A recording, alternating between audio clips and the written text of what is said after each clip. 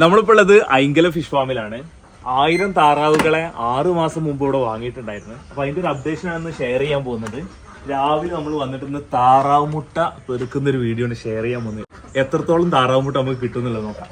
നേരെ നമ്മളിത് കൂട്ടിനകത്തേക്ക് കയറി കഴിഞ്ഞിട്ടുണ്ടെങ്കിൽ ഇവിടെ നോക്കി കഴിഞ്ഞിട്ടുണ്ടെങ്കിൽ രാവിലെ താറാവുകൾ വിട്ടിട്ടുണ്ട്. താറാവുകൾ പുറത്ത് മേയാൻ പോയിട്ടുണ്ട്. കണ്ടില്ല, 2 കൂടായിട്ടാണ് അപ്പുറത്തും ഉണ്ട്.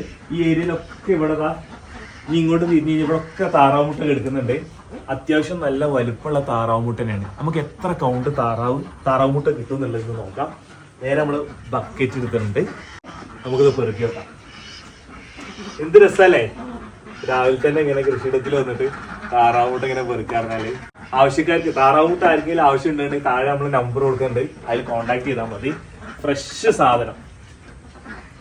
അങ്ങനെ ഇന്ന് നമ്മൾ കളക്ട് ചെയ്തിട്ടുള്ളത് 284 താറാവ് മുട്ടയാണ്. കുറച്ചെണ്ണം നമ്മൾ ഇവിടെ പരത്തി വെച്ചിട്ടുണ്ട് കാണാനും വേണ്ടിയിട്ട്. കുറച്ച് ബാക്കി ബക്കറ്റിലുണ്ട്. ഇനി നമ്മൾ ഇവിടുന്ന് അങ്ങോട്ട് വീട്ടിലേക്ക് കൊണ്ടുപോയിട്ട് അവിടെ നിന്നാണ് സെയില് കാര്യങ്ങളൊക്കെ.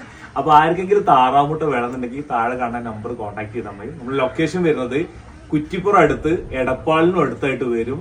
ഐങ്കലം എന്ന് പറഞ്ഞ സ്ഥലത്താണ്. ഐങ്കല ഫിഷ് ഫാം ഒരു ആൾക്കാർക്ക് അറിയുന്നത്. ഐങ്കല ഫിഷ് ഫാമിൽ തന്നെയാണ് ഈ താറാവ് കൃഷി ഉള്ളത്. 6 മാസം മുൻപ് ഇവിടെ 1000 താറാവ് കുഞ്ഞുങ്ങളെ ഇറക്കിയിട്ടുണ്ടായിരുന്നു, ഡേ ഓൾഡ്. അന്ന് ഇറക്കുന്ന സമയത്ത് ആൺതാറാവിനും പെൺതാറാവിനും നമുക്ക് തിരിച്ചറിയാൻ പറ്റില്ല. അങ്ങനെ വളർച്ചാ കാലഘട്ടത്തിൽ ആൺതാറാവുകൾ അത്യാവശ്യം ഉണ്ടായിരുന്നു. പിന്നെ ഇറച്ചിക്ക് വേണ്ടിയിട്ട് കുറച്ച് അതിന്റെ സമയത്തിയ സമയത്ത് ആൺതാറാവുകളൊക്കെ ആവശ്യക്കാർക്ക് ഇങ്ങനെ കൊടുത്തു തുടങ്ങി. അപ്പൊ അതിനുശേഷം വന്നുള്ള കുറച്ച് എണ്ണ ഉള്ളത്. അപ്പൊ എണ്ണം കറക്റ്റ് എത്രയാണെന്ന് അറിയില്ല, എങ്ങനെയായാലും ഒരു 500 മുകളിലൊക്കെ ഇപ്പോഴും ഉണ്ടായിരിക്കും.